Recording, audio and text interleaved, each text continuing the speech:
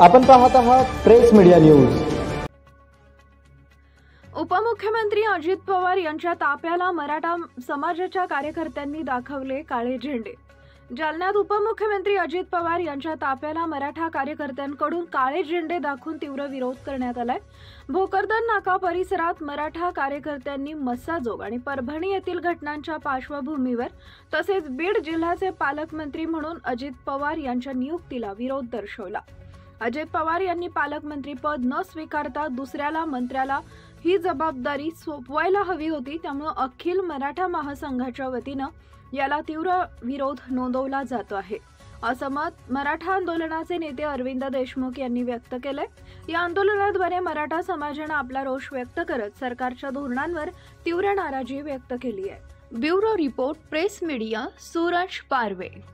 आज राज्याचे उपमुख्यमंत्री अजितदादा पवार जालना येथे काही उद्घाटन सोहळ्याला आले होते। आज म्हणून आम्ही आज अखिल भारतीय मराठा महासंघाच्या वतीने त्यांना काळे झेंडे दाखवून त्यांचा या ठिकाणी जाहीर निषेध केला। जाहीर निषेध याच्यासाठी केला की त्यांच्या पक्षामध्ये असलेले जे मंत्री धनंजय मुंडे हे ज्यावेळेस कृषी मंत्री होते त्यावेळेस शेतकऱ्यांकडून त्यांनी हार्वेस्टरसाठी 8-8 लाख रुपयाची बार्शी तालुका, सोलापूर, पंढरपूर तालुक्यामध्ये अनेक शेतकऱ्यांकडून पैसे घेऊन करोडो रुपयाचा, अरबो रुपयाचा त्यांनी त्या ठिकाणी भ्रष्टाचार केला। तसे बीड जिल्ह्यामध्ये जे आतंक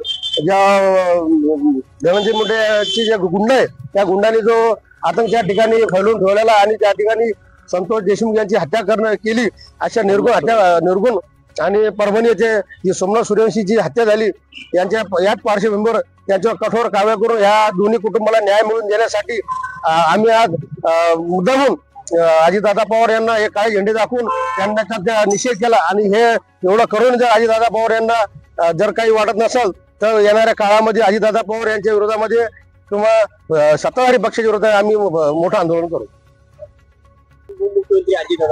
आज जालना येथे राज्याचे उपमुख्यमंत्री अजितदादा पवार हे विविध कामानिमित्त आले असताना मत्साजोग बीड येथील घटना घडली। त्या घटनेच्या पार्श्वभूमीवर त्याचबरोबर सोमनाथ सूर्यवंशी यांच्या कुटुंबियाला न्याय मिळावा या मागणीसाठी नुकताच आम्ही जनाक्रोश मोर्चा काढला। त्यानंतरही त्या ठिकाणी अनेक नेते, सर्वपक्षीय नेते येऊन गेले आणि त्या जिल्ह्यात त्या कुटुंबाला पाहिजे तसा न्याय कुठल्याही पद्धतीचा मिळाला नाही। त्याचा निषेधार्थ आम्ही मोर्चा काढला आणि आज आले असताना त्यांना काळे झेंडे दाखवले। त्याचं कारण असं, ज्या बीड जिल्ह्याचं पालकमंत्री पद हे अजितदादा पवार यांनी स्वीकारलं। सर्वप्रथम अजित पवार यांनी पुणे जिल्ह्यात कोयता गँग, रेती गँग, वाळू माफियाची गँग, जे जमीन हडपणाऱ्यांची गँग, जे मुळशी पॅटर्न सारखे पिक्चर आले, असा पुणे जिल्हा गुंडायुक्त केला। अशा गुंडायुक्त शहराला सुधरू शकले नाही आणि आधीच या बीड जिल्ह्यामध्ये असं वातावरण तापलेलं आहे। दोन जातीमध्ये तेढ निर्माण करण्याचं आणि राजकीय वातावरण विभाजनी मताची करण्यासाठी हे जे लोक अग्रेसर आहे अशांना पाठीशी घालण्यासाठी अजितदादा त्या जिल्ह्याचे पालकमंत्री झाले।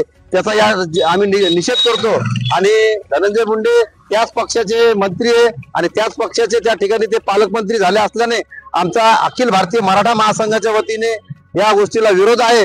म्हणून त्यांनी स्वतः पालकमंत्री पद न घेता ते दुसऱ्या पक्षाच्या मंत्र्याला पालकमंत्री द्यायला पाहिजे अशी आमची आपल्या मार्फत इच्छा आहे। त्याकरता आम्ही आज अजितदादा पवार यांना काळे झेंडे दाखवून त्यांचा निषेध व्यक्त केला।